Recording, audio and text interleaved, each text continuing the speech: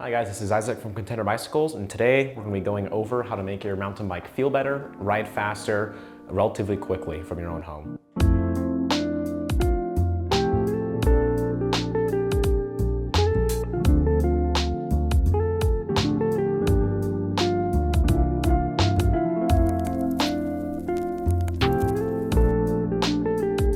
The first thing we're going to go over is sag and air pressure. So that is probably the first thing that you're going to do to your suspension. A lot of you guys might already have that set up, so if that's something you already have, you're welcome to skip on ahead, or you're welcome to stick around and listen just in case. But sag and air pressure just refers to how much air pressure you're running in your rear shock and your fork. The term sag itself refers to when you are sitting on the bike.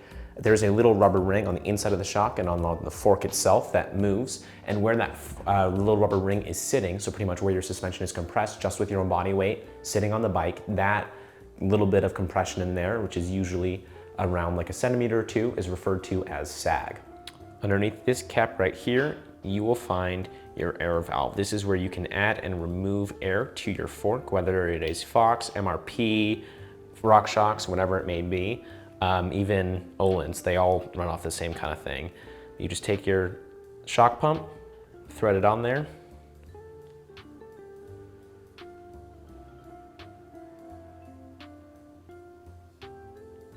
and then you can adjust your pressure depending on how you like it. Right here on this rear shock, you will see the air valve is right there. So same thing as the fork, you can take it off, put your pump on it, and then pump air in and out as accordingly. Pumping air into your rear shock is a little bit easier than your fork, because on your fork you can usually read the chart to see what your baseline sag measurement would be. While on a rear shock it's a little bit more simple.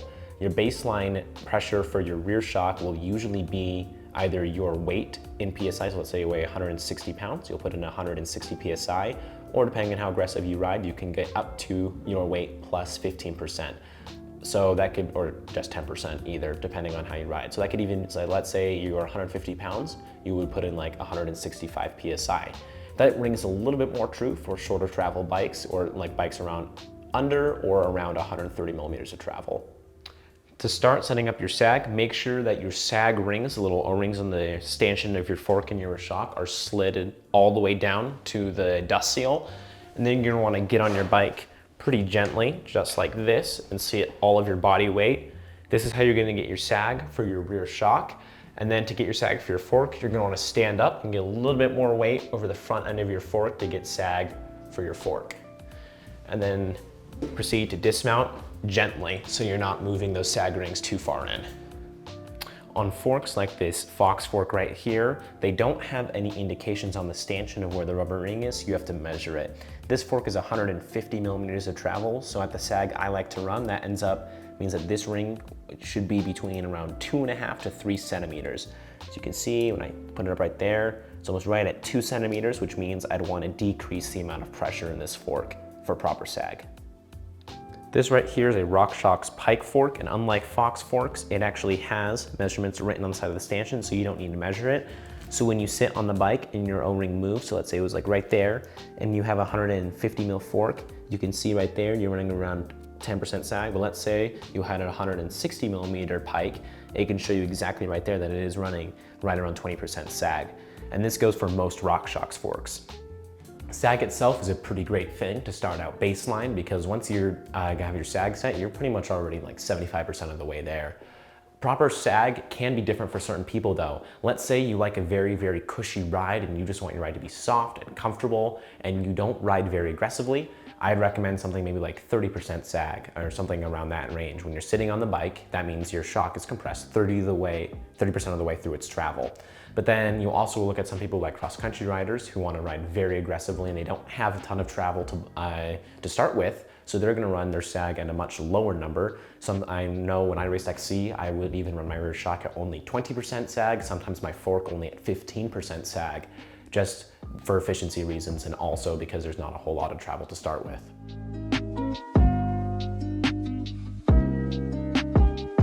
Starting off with sag though, when it comes to like air pressure, some manufacturers like Santa Cruz, like I have here, if you actually go to their website and click on an individual model, this model is a high tower, so let's say you were to go to the Santa Cruz website, click on high tower and then scroll down to the technical specifications and technical sheets, they actually have a suspension page on their website for each individual bike model where you can say, oh, this is the GX Axis kit. That means I have the Performance Elite fork and the Super Deluxe Select Plus rear shock. And you can click on that rear shock or that fork for your high tower, and Santa Cruz will actually have on their website the exact settings they think you should use for your body weight, the exact rebound and compression you should run, the exact air pressure you should run.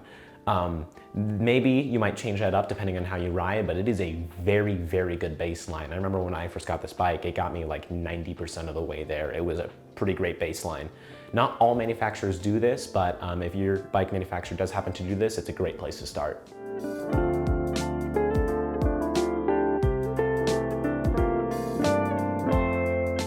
After sag, the next thing you're going to want to look at on your fork is rebound and compression. So compression refers to the rate of how oil flows through the suspension. Inside of your fork, there's actually a little ring inside of there with a ton of little holes in it. And as the oil flows through that holes and kind of slows down, that is called your compression ring. And that's how the fork compresses. And that's also the same reason why it doesn't just blow through all of its travel as soon as you hit a bump. Some companies like Fox have a low speed and high speed compression, which means you can actually change how that compression feels as you're going through your travel.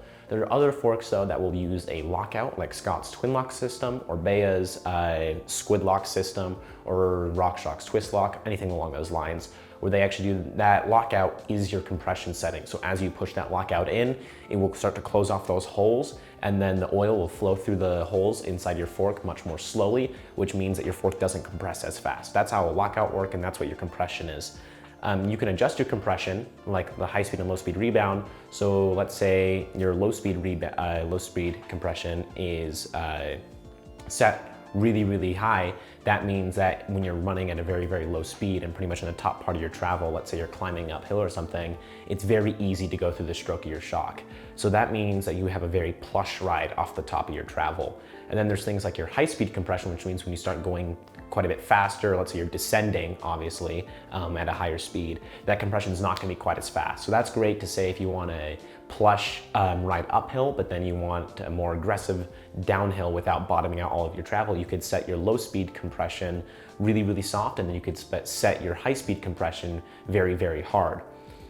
When it comes to compression on your rear shock, you have usually 2 or 3 settings. You have this setting right here, which is actually just a climb switch. So flipping that fully upwards will stiffen up your suspension almost completely.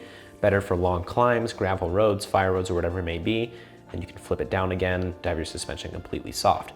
And then this knob right here, it says LSC on it. That stands for low speed compression. And then you can decrease or increase your low speed compression. And that will just affect how your compression will feel at lower speeds. So that might be very, very gentle flow, climbing, or flats, but that will probably not affect you in any form of descent, because descent is technically classified as high speed compression. And then on the Grip 2 Fox dampener, which probably has the most amount of adjustability in any of the suspension world, you have your low speed compression, which is your top black knob right here, which you can increase by just twisting the black knob in any way, from fully closed or from fully open. And then you have your blue ring, which is your high-speed compression ring, which you can increase your high-speed compression or you can decrease your high-speed compression in either way. Going all the way this way is going to be completely closed compression-wise, and then completely open is the exact same thing in the opposite direction. This right here is the Fox Fit 4 dampener, and you will see this on a lot of cross-country or short travel bikes. So this one right here, you have your fully open mode, medium mode right there, and then a firm mode. That is your compression. So this one does not have the ability to do high speed and low speed compression because they're more about weight and efficiency than they are about downhill performance. And then this one right here also has this top black knob right here, which is how firm it will be when it's fully open. So let's say you're fully open right here and you're on a flat or something, you can change this right there, turn that black knob inwards, and that will firm it up. Cross-country riders who are looking for a more efficient ride can turn this farther inwards to make the ride more firm and more efficient, but they will also lose off the top of the travel, they will lose a little bit of sensitivity and that feeling of plushness. And then there's rebound. Rebound refers to how fast your fork will telescope. So once you've bottomed out a little bit, how fast it will go back out. So let's say you hit a bump, your fork compresses. Rebound refers to how fast your fork will go back out to its normal state as soon as you're over that bump. Rebound can really affect how a ride feels, because if your rebound is set too high, it's gonna feel like you're riding on a pogo stick. But if your rebound is set too low, there's this term we call stacking. So let's say you have 3 drops in a row and you were to hit all 3 drops, but your rebound isn't set high enough. That means your fork has extended out again in time for the next drop. So instead, you hit the first drop, it compresses a little bit, it doesn't extend out far enough, hit the second drop, goes farther, and by the time you hit the third drop, or maybe so on, depending on how rough the trail is, you've already compressed through all of your suspension and you're bottomed out. So that's a sign to show that your rebound is not high enough. But then obviously if your rebound is too high, it'll feel like you're bouncing everywhere, or if your rebound's too high in your rear and you're going off, let's say, a jump or a drop, it actually will feel like you're getting bucked forward on the bike and kind of bucked over the handlebars. This is your rebound switch. Twisting it this way is gonna slow it down, and twisting it this way is gonna speed it up. On lots of manufacturers' websites that have suspension recommendations, they will say things like 5 or 6 clicks from fully closed. Fully closed refers to your suspension being fully slow in terms of rebound. So that would be twisted all the way as you can that direction, right? So let's say you're twisted all the way there and your suspension setting is 4 clicks from fully closed. You're gonna go 1, 2, 3, 4.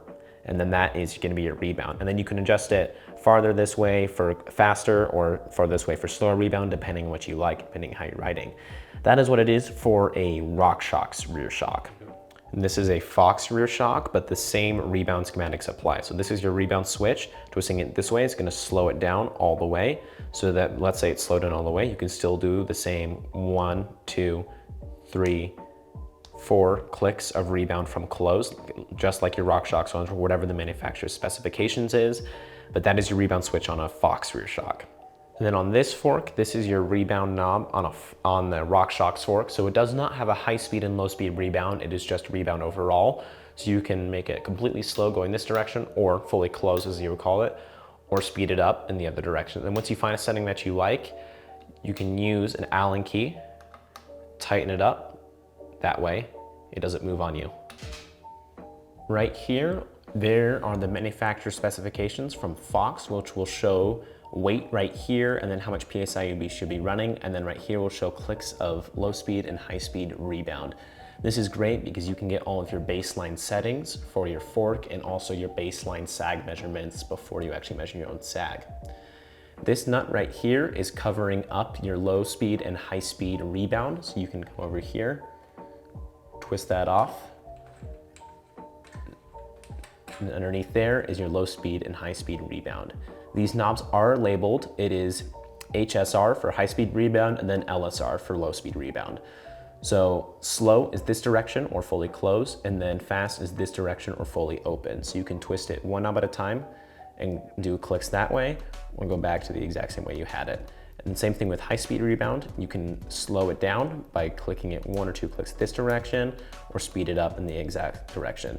So let's say your manufacturer's specifications, like on this chart, say 9 to 8 clicks of low speed rebound. That refers to 9 or 8 clicks of low speed rebound from fully closed. So you would turn it all the way fully closed. So you would turn it to the slow direction until it stops, and then go back the same direction, 9 or 8 clicks. So you go 1, 2, 3, 4, 5, 6, 7, 8, and maybe ride it with 8, and maybe you want to go up to the 9 because that feels better. And you do the exact same thing with the high speed rebound for the recommendations they say right there, and then you can change it during your ride depending on how it feels and your personal preferences.